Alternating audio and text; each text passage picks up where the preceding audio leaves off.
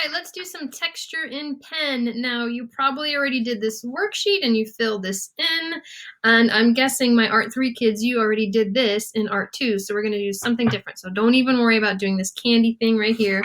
We're gonna do some like balls of texture right now, pretty much.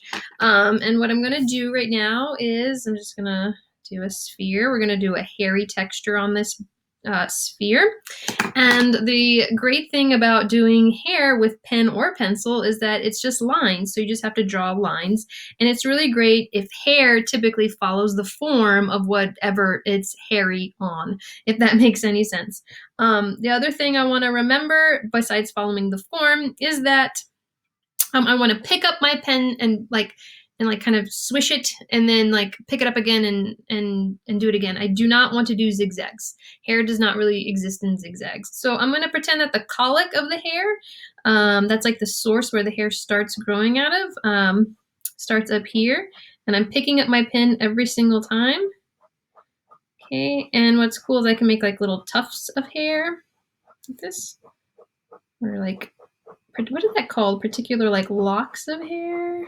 There you go. And again, I'm following the form. And the hair comes off of the sphere stuff. Okay, it's not stuck to the side of it, but it is roundish because the sphere is round. Okay. And then I can do some more like fun stuff with it in a second. I'm trying to go fast so I don't bore you with this. Now I can come in and darken up certain areas, and that'll help look like there's lighter areas, almost like highlights. Okay. Or like maybe greasy little tufts of hair. Okay. I can give hair in different directions too. Okay. And let it kind of poke and peek out a little bit more. Sometimes I can come in and do some that go in another direction just for some variation. Okay, and I can make them longer if I wanted to and like curl another way. There we go. Okay, so maybe this is like the Florence Henderson hairdo. If you know who that is, let me know. Okay, from the Brady Bunch. The next one is a scaly kind of texture. Alrighty, and the important part of this is you start out with one full scale that you can see all the way at the top, and it's just like a little leaf. Okay, and then the next few ones you can see most of them as well, but they're going to start to overlap, and they also need to follow the form. Now notice that maybe this one along the edge I kind of draw it so that it looks like it's overlapping the other side, and that it's like curving over the other side, so I can't totally see all of it. That's okay.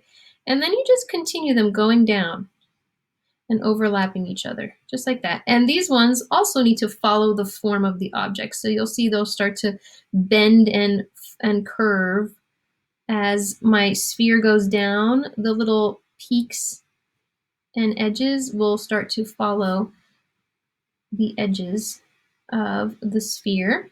That way, we make the sphere look nice and round. Okay. All right, now the cool part of this is adding just a little bit of value to this as you're going. So this scale overlaps this scale, so it creates a little shadow right there. And this scale overlaps this little shadow, and so on and so forth. So when you start adding a little bit of value, it starts to look even cooler. Okay, and this is basically just a little bit of hatching that I'm doing. Okay, see that? So I encourage you to do the whole thing. Now the rock, I'm not going to do a perfect sphere. I'm going to do a crazy little frenetic, nervous little drawing there. And when I go to shade this in, I'm going to add like a couple of little crags in there.